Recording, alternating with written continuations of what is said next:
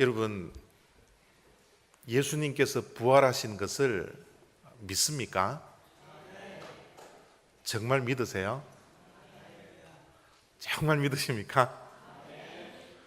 자꾸 물으면 대답이 약해지겠죠? 더 커질 수 있습니까? 예수님이 부활하셨습니다. 여러분, 지금 옆에서는 막 대답을 하고 있는데 대답 소리가 조금 약해지시는 분 혹시 계시지 않나요? 믿으려고 해도 참 예수님의 부활은 믿을 수가 없다라고 생각하시는 분들 혹시 계시지 않습니까? 믿고 싶지만 믿겨지지 않는 그런 분들이 혹시 계시지 않습니까? 여러분, 우리 기독교에서 예수님께서 죽은 자 가운데서 살아나신 이 부활은 굿뉴스를, 복음을 넘어선 베스트 뉴스입니다. 예수님께서 부활의 첫 열매가 되어 주시고 그 죽음이 끝이 아니라는 사실을 몸소 우리들에게 보여주셨어요. 그래서 우리의 죽음도 이제 두려움의 대상이 아니라 그 너머의 세상에 있다라는 이 소망을 가지고 살아갈 수 있다라는 이 사실 앞에 예수님의 부활 사건은 사실은 굿뉴스를 넘어서서 베스트 뉴스라는 사실을 우리가 이 시간 기억하기를 원하는 것입니다. 여러분, 사실 우리가 아무리 예수님이 부활하셨다라는 사실을 전파하고 이야기를 하더라도요, 믿을 수 없는 사람들이 꽤 있더라고요.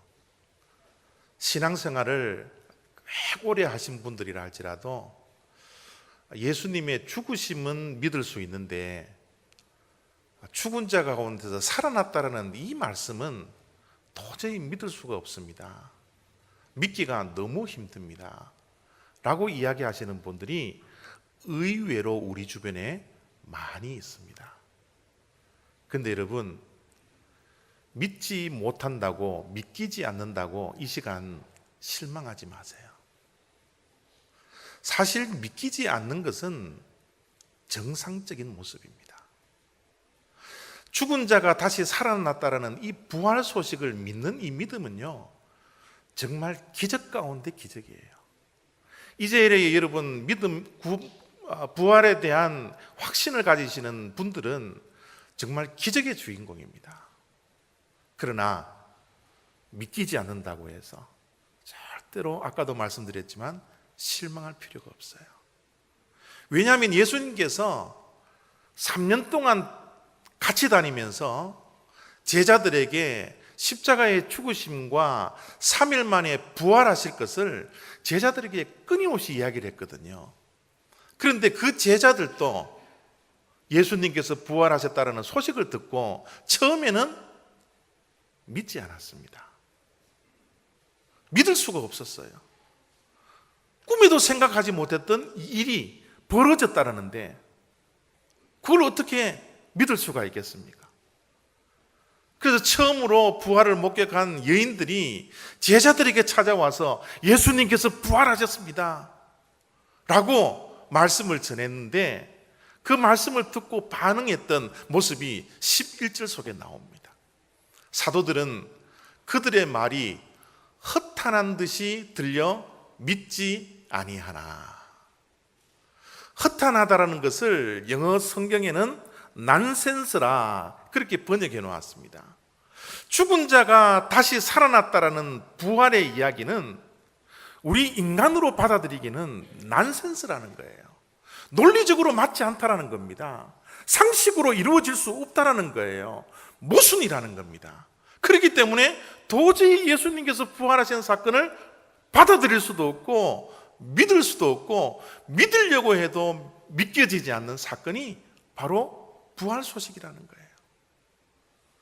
예수님의 부활을 직접 무덤에 가서 보았던 여인들의 모습도 똑같습니다.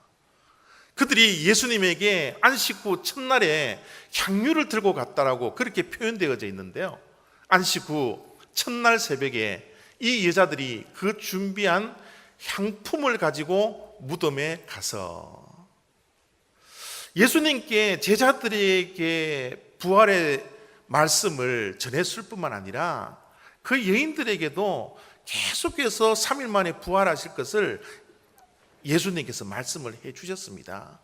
그런데 죽은 지 3일째 되는 안식 후 첫날 밤에 그들이 예수님의 부활을 기대하면서 무덤에 갔던 것이 아니라 무엇을 들고 가요? 향품을 들고 갔다라는 거예요. 저 향품이 뭡니까? 시체에 바르는 겁니다. 우리 한국에서 사람들이 죽으면 시체에 향유를 바르고 뭐를 한다 그래요? 염한다 그러죠. 염. 지금 여인들은 예수님께서 부활하신 그날 부활의 그 소식을 듣기 위해서 무덤에 간 것이 아니라 예수님의 시체를 염하러 그곳에 갔다라는 거예요. 도저히 저 여인들도 예수님의 부활을 들었음에도 불구하고 믿겨지지 않았던 겁니다. 처음에 예수님의 소식을 들었던 제자들도 믿지 못했을 뿐만 아니라 처음으로 부활을 목격했던 여인들도 예수님의 부활을 믿을 수가 없었던 것은 매 마찬가지라는 거예요. 지금 이 시간 부활 감사 예배를 드리고 있는 우리들도 부활을 믿는 기적의 주인공들이 앉아 있지만 여전히 제자들처럼 여인들처럼 예수님의 부활 사건을 믿지 못해서 안타까운 마음으로 믿으려고 해도 믿을 수 없는 그런 마음으로 이 자리에 앉아 있는 분들이 계시리라고 저는 분명히 생각을 합니다. 그러나 아까도 말씀드렸지만 실망하지 마십시오.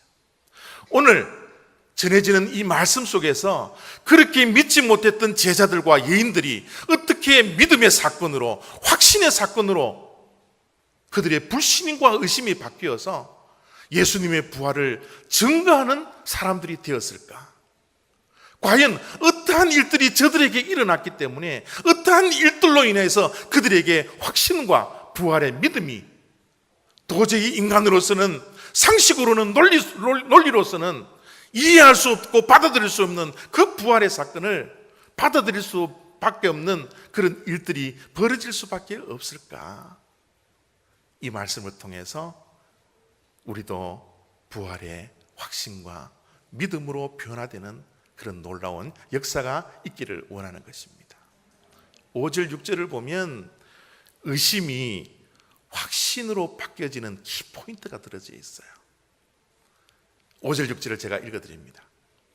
여자들이 두려워 얼굴을 땅에 대니 두 사람이 이르되 어찌하여 살아있는 자를 죽은 자 가운데서 찾느냐? 여기 계시지 않고 살아나셨느니라. 갈릴리에 계실 때에 너희에게 어떻게 말씀하셨는지를 기억하라. 여인들이 향유를 들고 무덤에 갔어요.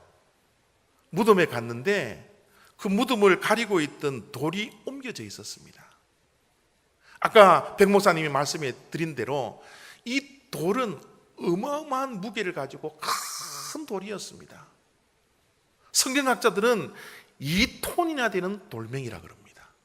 아무나 움직일 수 없는 그런 무게를 가진 돌멩이가 그 아침에 옮겨져 있었습니다.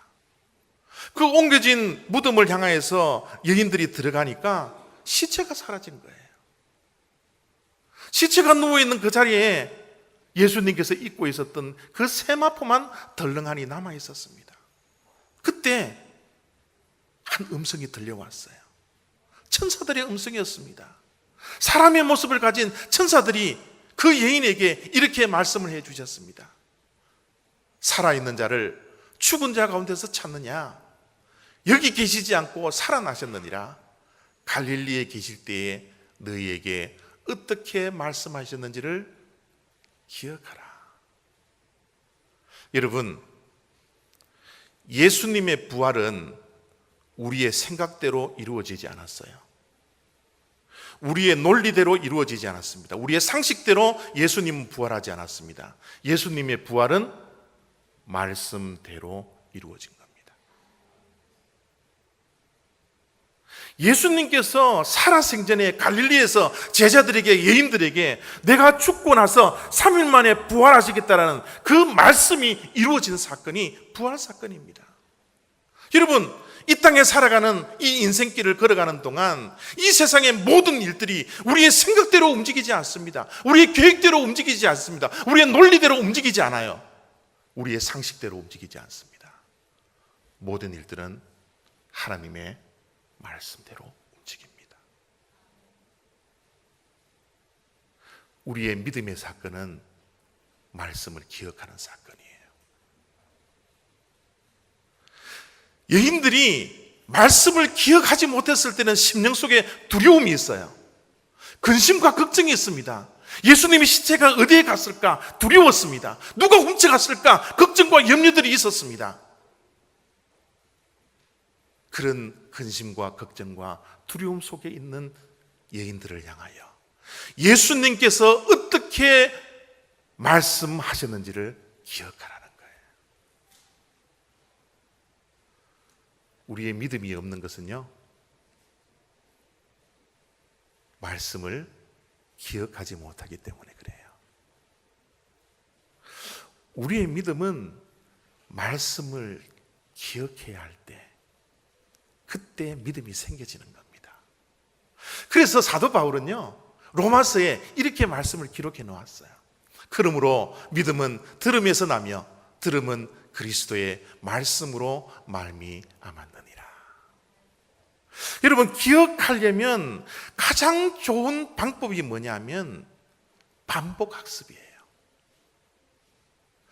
컴퓨터에는 우리가 입력을 한 번만 시키면 컴퓨터가 다 기억을 하지만 우리의 뇌는 그렇지 않아요. 우리의 뇌가 기억하려면 끊임없이 반복적으로 그 무언가를 입력시킬 때 우리의 뇌는 기억한다라는 겁니다. 우리의 말씀이 기억되기 위해서는 말씀을 반복적으로 들으셔야 됩니다. 모든 일들이 말씀으로 되는 거거든요. 우리의 인생의 어려움과 고난이 말씀이 기억될 때 해석이 될 수 있습니다. 말씀을 기억하지 못하면 이 고난과 이 어려움이 해석될 수가 없어요. 어느 날 갑자기 들었던 말씀이 내 고난 중에 생각이 날 때, 기억이 날 때 이 고난을 헤쳐나갈 수 있는 능력과 힘과 지혜가 우리에게 덧입혀질 수 있거든요. 여러분, 예수님의 부활을 여전히 믿지 못하는 정상적인 사람들이 우리 가운데 있다면 지금부터라도 말씀을 끊임없이 들으십시오. 묵상하십시오. 암송하십시오. 읽으십시오. 어느 날 갑자기 하나님께서 선물로, 믿음으로 그 말씀이 기억나게 하시고 말씀이 생각나게 하시고 말씀을 믿을 수 있는, 전혀 의심이 되지 않는 그 은혜를 우리들에게 허락하여 주실 것입니다.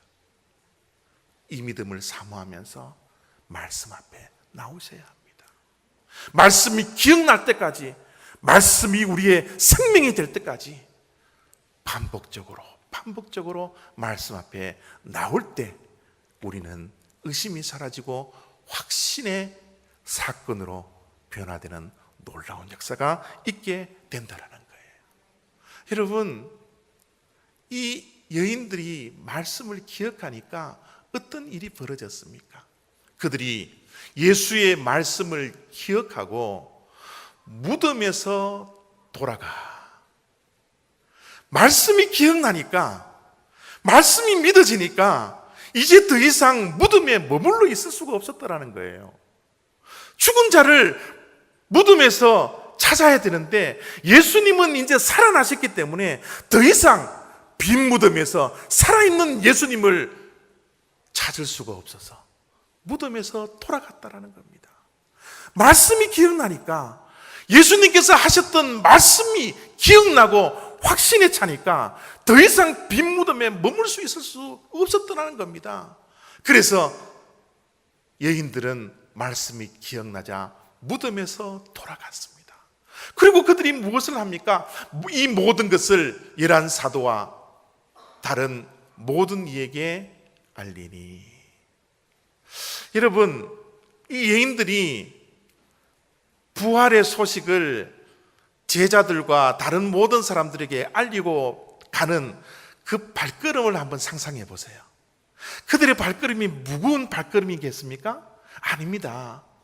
부활의 소식을 가슴에 품고 그 확신을 가지고서 부활의 소식을 알리고자 달려가는 그 발걸음은 너무너무 가벼웠어요.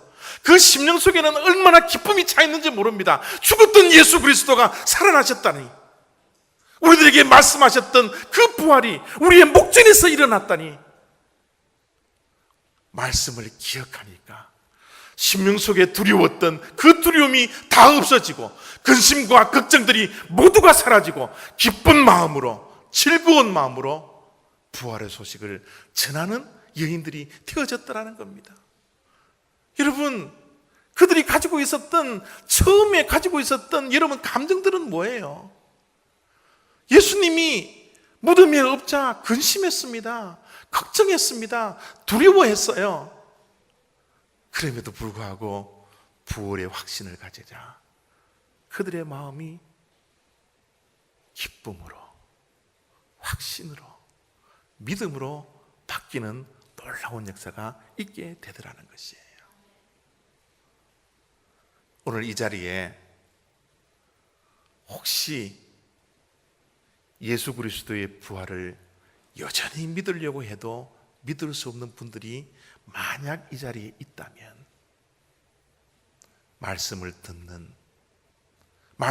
듣는 그 반복되는 모습 속에서 언젠가 하나님께서 은혜를 주셔서 예수 그리스도의 부활을 믿는 사건이 여러분의 믿음 속에 교회 생활 가운데 있기를 원하는 것입니다. 그래서 예수 그리스도의 부활의 그 사건이 부활의 첫 열매가 되어서 우리도 죽고 나서 심판받는 인생이 아니라 심판을 면한 영원한 생명을 얻는 그 소망된 인생으로 이 땅에 살아가고 있다는 사실, 그 소망을 품고 모든 인생의 두려움과 걱정과 열매들이 다 떠나고 주님께서 주시는 기쁨으로, 즐거움으로, 가벼운 발걸음으로 살아가는 저와 여러분들이 다 되시기를 부탁드리는 것입니다. 부활은 우리의 유일한 소망입니다. 여러분들이 잘 알다시피 지금 한국에는 절망과 눈물 속에 하루하루의 시간을 보낼 수밖에 없어요. 모든 자들이 자기의 딸과 자기의 아들이 죽은 것처럼 슬피 울고 있습니다. 절망 가운데 있어요. 하나님이 살아계시다면 어떻게 이런 일이 있을 수 있을까?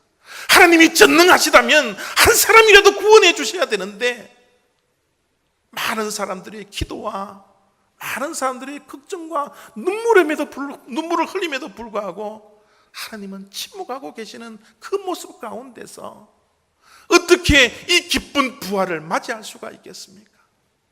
오늘 새벽에 일어나서 인터넷을 확인해 보니까 안산에 모든 교회들이 연합으로 부활 새벽 예배를 드리고 있더라고요. 그 부활 예배를 드렸던, 새벽 예배를 드렸던 그 현장의 모습들이 인터넷에서 들려졌는데 모든 사람들이 눈물바닥입니다. 어떠한 위로가 있겠어요? 어떠한 희망이 있겠습니까? 모두들이 절망 가운데, 목사님들이 평생 동안 목회하면서 설교를 하지만 이렇게 설교 준비가 힘들었던 적은 없다고, 어떻게 저들을 위로하느냐고, 문장 하나를 쓸 때마다 지우고 다시 쓰고 다시 써도 저들을 위로할 수 없다고 가슴을 치면서 설교를 하시는 그 목사님들의 모습이 인터넷상에 있더라고요. 그들에게 무엇이 희망이 되겠습니까? 무엇이 위로가 되겠습니까? 부활만이 소망입니다. 부활만이 소망입니다.